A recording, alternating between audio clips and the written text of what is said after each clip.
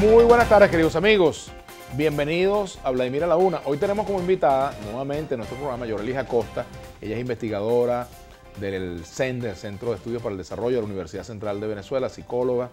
Y bueno, bienvenida nuevamente a Vladimir a la Una. Gracias, Vladimir. Yoreli, gracias por venir. Muchas gracias. Profesora Yoreli Acosta. Bueno, Yoreli, nos comentabas antes de comenzar el programa, y ya habíamos tenido noticias de ello, de que estuviste en Cúcuta, estuviste en la frontera, pudiste ver la situación fronteriza, también un poco captar el impacto emocional que puede tener o que tiene la migración en medio del clima político, ¿no? Más allá de los acontecimientos que pasaron en días recientes, meternos un poco en ese tema del cual tú eres una investigadora, ¿no? Sí, bueno, gracias por invitarme. Yo desde hace muchos años, más de 15 años, vengo trabajando conflictividad país. Y el año pasado yo hice énfasis en la conflictividad en los estados de frontera. Porque es distinto, cuando sales de Caracas, el cambio que se va dando en los distintos estados sobre las condiciones de vida, tanto materiales como psicológicas, que es lo que a mí siempre me interesa resaltar. Hice énfasis entonces en 3 estados de frontera que tuve la oportunidad de visitar el año pasado, que fue Zulia, Táchira y Bolívar.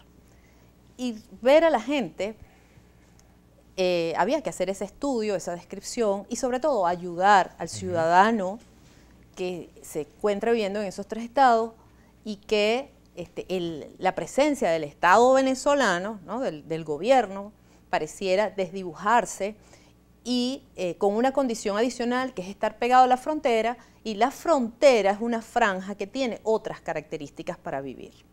Entonces hice esas 3 visitas por otras razones académicas, comienzo a levantar estos datos, pude pasar a Cúcuta el año pasado ayudando a una tesista que también quería estudiar ese comportamiento de la frontera, y bueno, y me consigo en agosto con aquella hilera de venezolanos que se van caminando, y bueno, no es mi tema específicamente la migración, pero tuve que ponerle el ojo.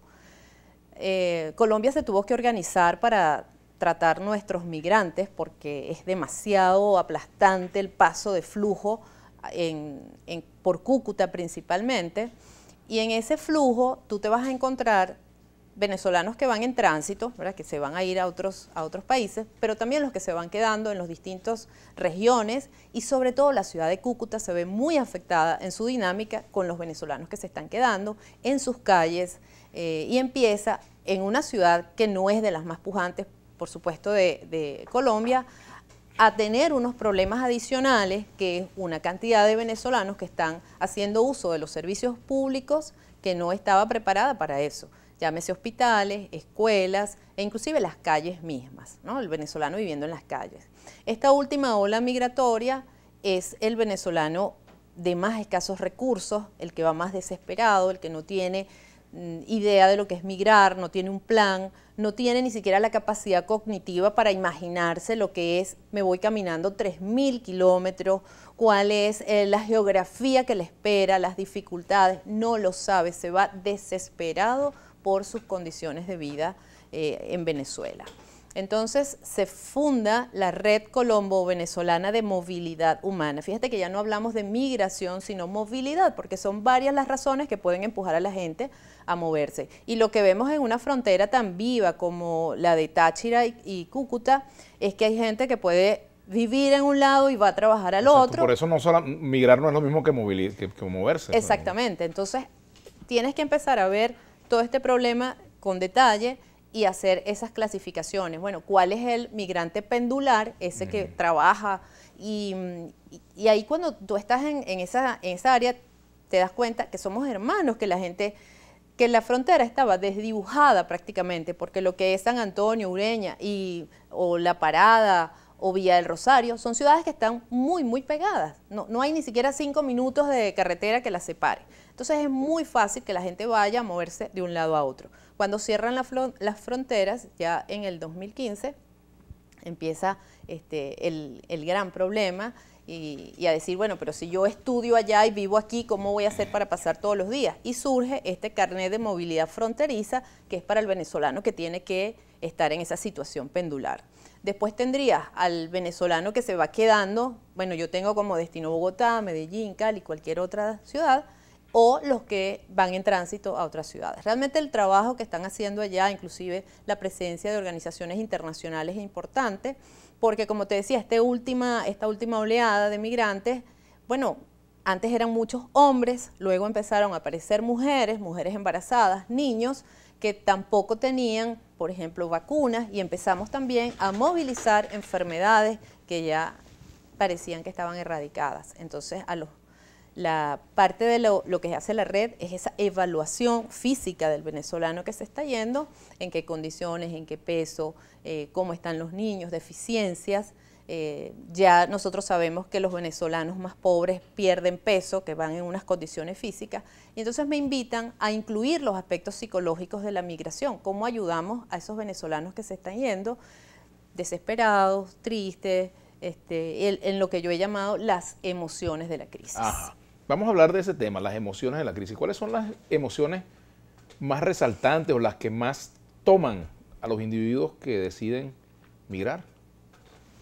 Bueno, en caso de estas circunstancias. Porque sí, fíjate que habíamos traído también unas láminas que podemos buscar y colocar más adelante. Sí, en el estudio, yo empiezo a trabajar estado emocional de los venezolanos desde el 2015.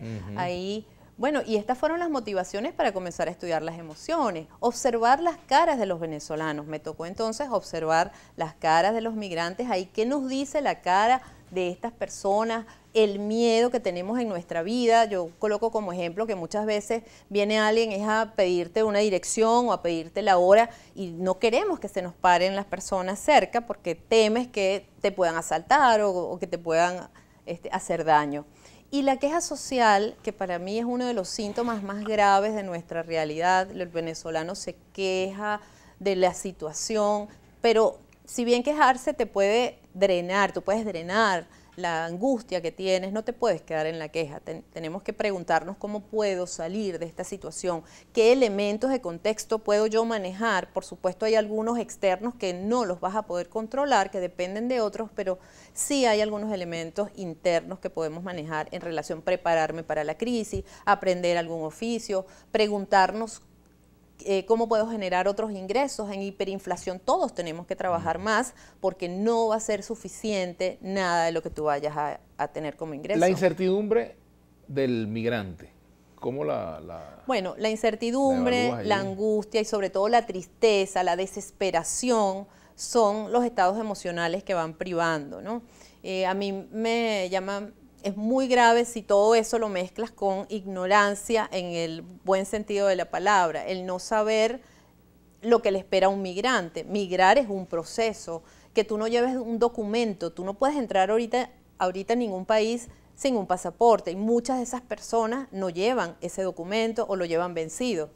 Tenemos que hacer una pausa, regreso, Seguro. Vamos a profundizar en ese tema. Continuaremos conversando con Yorelis Acosta. Ella es investigadora del Centro de Estudios para el Desarrollo de la Universidad Central de Venezuela. Acosta a la una, nuestra etiqueta.